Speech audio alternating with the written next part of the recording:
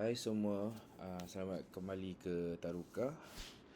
So, pada video ini saya nak ajar macam mana nak add customer atau pelanggan dalam sistem Taruka kita. So, macam biasa, perkara pertama kita adalah log masuk ke dalam akaun Taruka kita.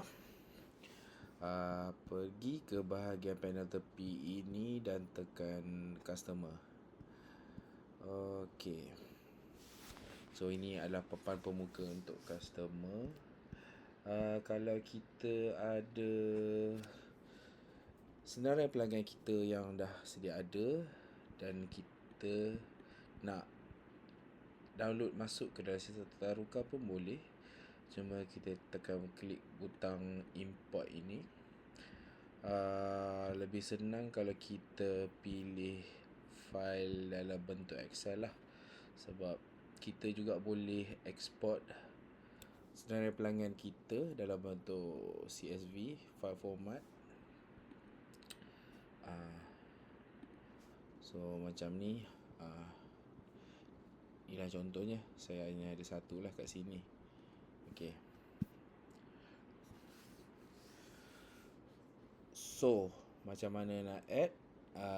Macam biasa kita pergi bahagian kanan atas ini dan tekan add customer. Okay.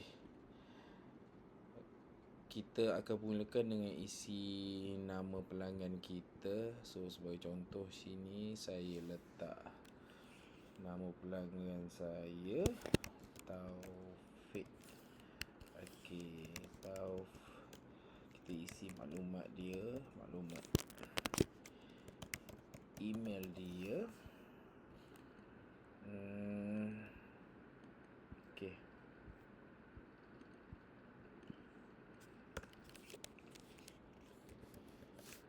Kemudian kita isi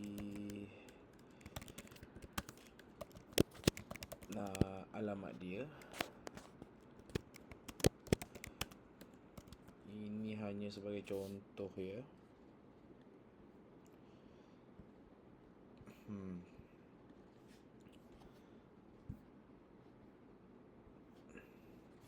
Kemudian sebab selalu pelanggan kita mestilah kita berurusan dengan entiti bisnes selalunya lah. Tapi kalau untuk bisnes yang menyediakan servis macam repair handphone ataupun repair aircon ke, kita berhadapan dengan customer tu lah B2C. So kita tak berurusan dengan company. So tapi kalau saya ada pelanggan ada company sendiri, kita berurusan B2B. So kita boleh isi juga maklumat SSM dia.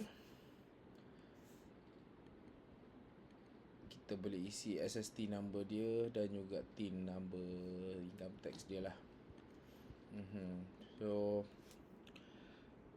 default tax rate selalu 6%.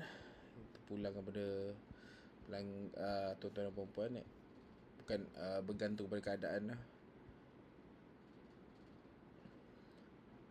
Okay, create. Okay, itu sahaja. Semudah itu.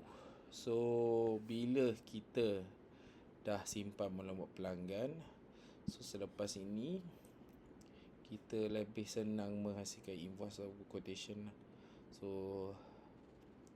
jadi maklumat yang saya isi tadi sudah ada di sini. Saya cuma perlu tekan dan dia terus keluarkan segala maklumat yang saya dah simpan mengenai pelanggan ini. Dan kita boleh terus hasilkan invoice atau quotation lah selepas itu. So itu saja. Terima kasih. Kalau ada apa-apa soalan ataupun masalah, boleh hubungi support team kita dan kami akan cuba membantu dari sana. Okey, sekian, terima kasih.